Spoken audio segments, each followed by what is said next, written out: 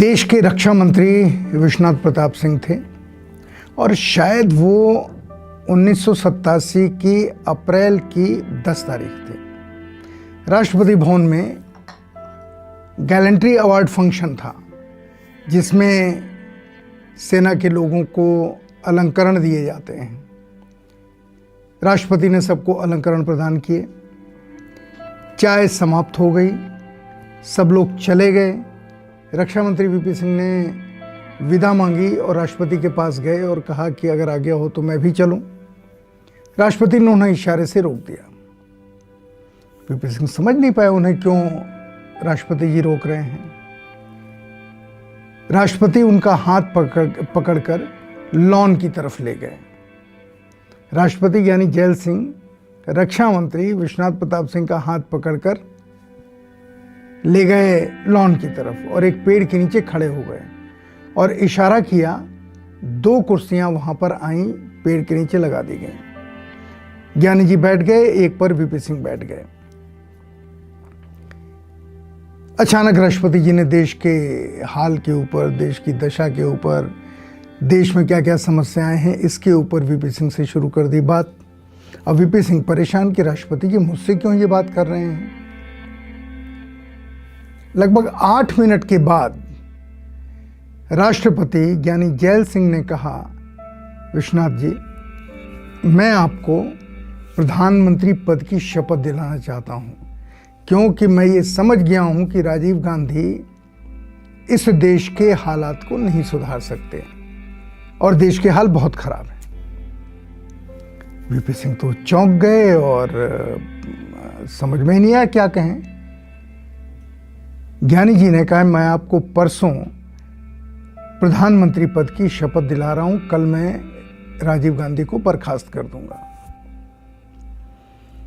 VP Singh ने फौरन बिना सोचे हुए हाथ जोड़ के ज्ञानी जी से कहा, मैं इसके लिए तैयार नहीं हूं।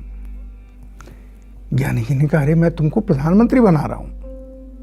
वीपी सिंह ने कहा, बना रहे होंगे प्रधानमंत्री, लेकिन मैं ऐसे प्रधानमंत्री नहीं बनना चाहता जिसके बारे में इतिहास में लिखा जाए किसने अपनी नेता की पीठ में छुरा भोंककर एक कॉन्स्पिरेसी के तहत प्रधानमंत्री पद की शपथ ली। मैं इसके लिए तैयार नहीं हूं। मैं इतिहास में अपना नाम खराब नहीं करूंगा। ज्ञानी जी ने कहा कि सोच के मुझे कल जवाब देना। वीपी सिंह जी ने कहा, मैंने सोच लिया। प्रधानमंत्री बनने का पहला अवसर वीपी सिंह ने अपने आप गवा दिया या ठोकर मार के उसे दूर फेंक दिया। इसके कुछ महीनों के बाद वीपी सिंह की मां की मृत्यु हुई। वीपी सिंह इलाहाबाद गए।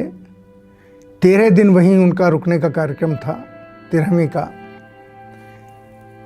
12वें दिन ज्ञानी जैल सिंह का मेरे पास संदेशा आया कि राष्ट्रपति आपसे मिलना चाहते हैं। मैं चौंक गया कि राष्ट्रपति मुझे क्यों मिलना चाहते हैं, लेकिन मैं उनसे मिलने गया। सिर्फ हम दोनों थे कमरे में। राष्ट्रपति मुझे काफ़ी दिनों से जानते थे, खासकर जब वो गृह मंत्री थे, और फूलन को लेके वो अक्सर मुझसे मजाक करते थे। जब मिलते थे यही पूछते थे, संतोष फुल्लन का क्या हाल है। वो फुल्लन बोलते थे। तो मैं कहता था कि सर वो तो चंबल में है, क्योंकि मैंने उसका इंटरव्यू लिया था तो उसी को लेकर के उन्होंने पढ़ा था, गृह मंत्री थे। फुल्लन के क्या हाल है, तो मैं उनको वो फुल्लन मुझे सुनना बड़ा अच्छा लगता था। उन्होंने बुलाया और कहा कि आप फौरन विश्वनाथ प्रताप सिंह से संपर्क स्थापित कीजिए और उनसे कहिए कि कल उनकी माँ की 13वीं है, करने के बाद सीधे दिल्ली आएँ। मैं उन्हें प्रधानमंत्री पद की शपथ दिलाना चाहता हूँ। मैं उनका चेहरा देखता रह गया। मैंने कहा कि क्योंकि मुझे भरोसा नहीं हुआ कि राष्ट्रपति जी मुझे कह रहे हैं, मेरा इस्तेमाल कर रहे हैं। राष्ट्रपति जी किसी और को भेज सकते थे, लेकिन शायद उनको किसी के ऊपर विश्वास नहीं था। उन्होंने मुझे कहा, जाइए और मुझे बताइए, मुझे हाँ में जवाब चाहिए। मैं दिल्ली से इलाहाबाद गया।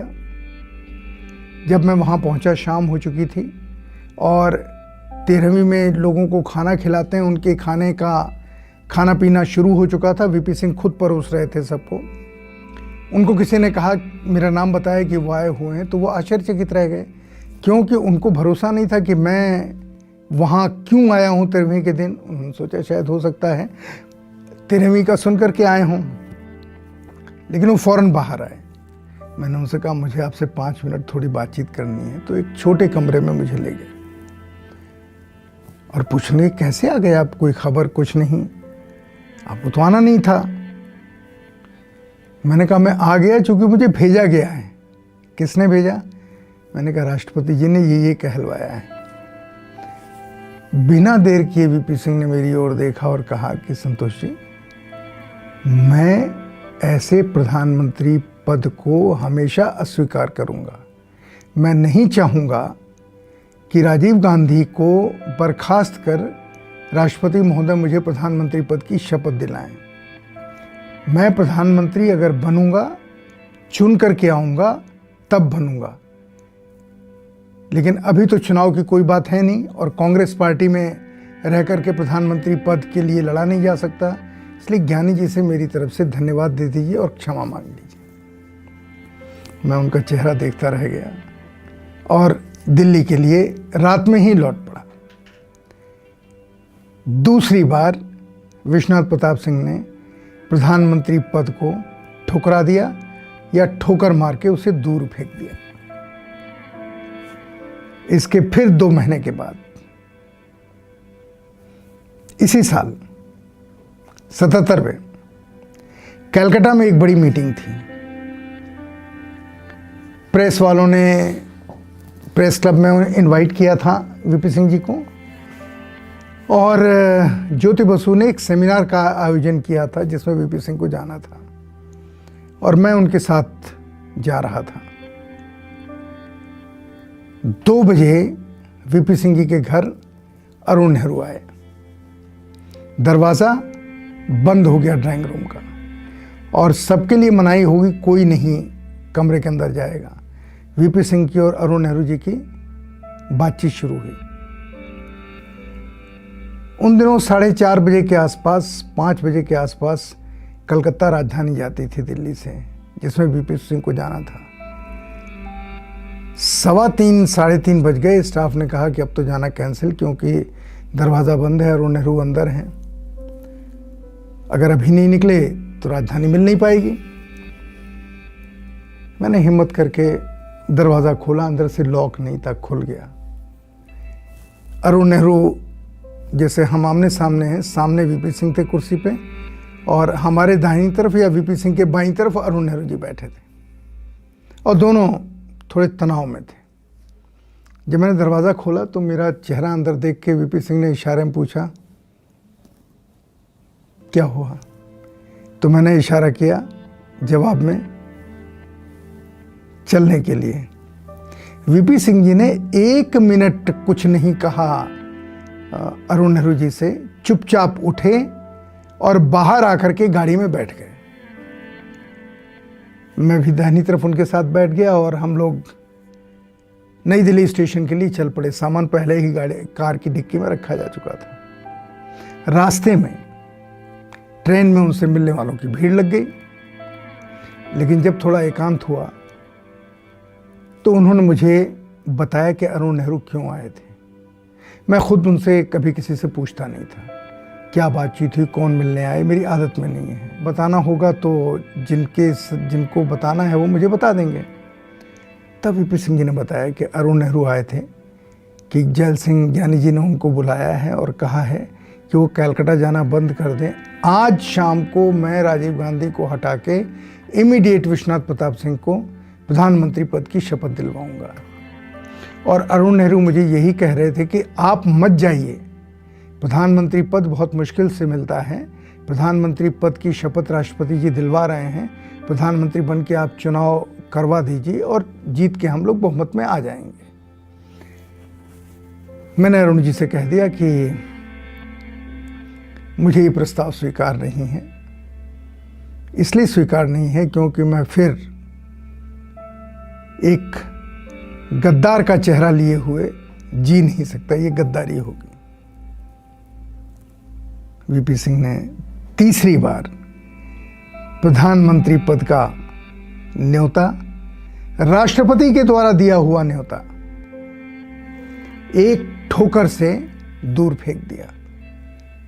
और तब मैं सोचता हूं कि एक नेताओं की वो जाति है जिनको अगर एक एमएलए या एमपी के टिकट का वायदा कर दीजिए, उनसे कुछ भी करवा लीजिए। चौथी बार वीपी सिंह ने प्रधानमंत्री पद का फिर न्योता ठुकराया और वो न्योता था 1996 का। लोकसभा चुनाव में विपक्षी दलों की जीत हो गई, भारतीय जनता पार्टी सामने थी। ये तय हो गया था कि ये जो विपक्षी दल हैं, जो भारतीय जनता पार्टी से बाहर हैं, उन लोगों का नेता ही प्रधानमंत्री बनेगा। और एक मत से सारे विपक्षी नेताओं ने तय किया कि विश्वनाथ प्रताप सिंह ही हमारे प्रधानमंत्री होंगे। सारे नेता वीपी सिंह के घर पहुंच गए। वीपी सिंह ने उनसे मना कर दिया कि मैं प्रधानमंत्री नहीं बनूंगा, आप लोग किसी और को चुन लीजिए। वीपी सिंह जी की बात किसी ने नहीं मानी। वीपी सिंह जी वहां से निकले कि मैं आ रहा हूं, गाड़ी में बैठे, एसपी जी उनके साथ थी, और रिंग रोड का चक्कर लगाने लगे। और उसके बाद नोएडा में उनके एक दोस्त रहते थे, उनके यहाँ चले गए। अब उन दिनों मोबाइल तो होते नहीं थे जो संपर्क हो जाए, सिर्फ एसपी जी या पुलिस का नेटवर्क होता था कांटेक्ट करने का।